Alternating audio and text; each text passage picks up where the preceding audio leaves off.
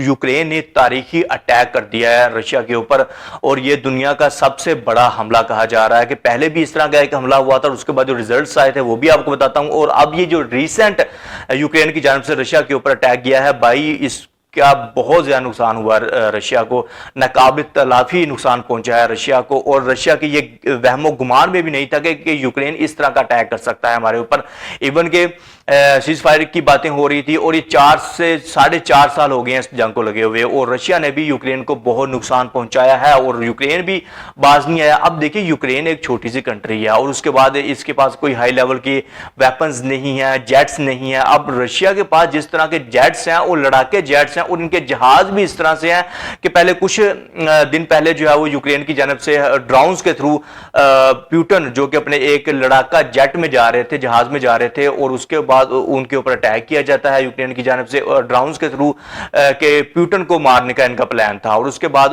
वो एक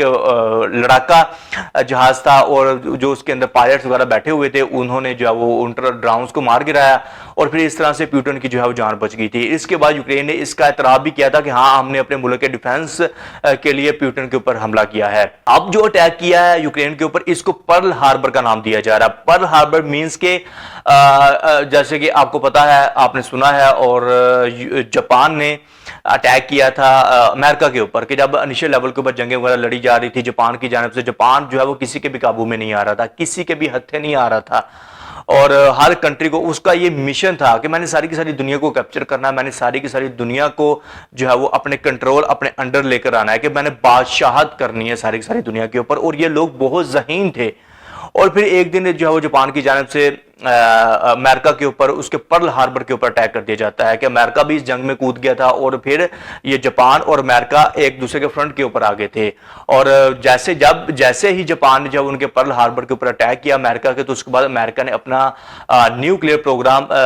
उसका इनिशिएटिव किया, उसके ऊपर काम किया। और एक दिन जैसे ही उनका ये एटम बम क्रिएट हुआ, न्यूक्लियर उसका जो वेपन्स थे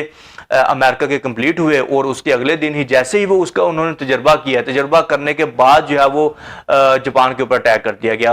जापान के 2 डिफरेंट काइंड ऑफ सिटीज के ऊपर, जैसे कि नागासाकी और हिरोशिमा, आपको पता होगा कि इन 2 शहरों के ऊपर पहले एक दिन लिटिल बॉय को फेंका गया, लिटिल बॉय एटम बम को, और उसके बाद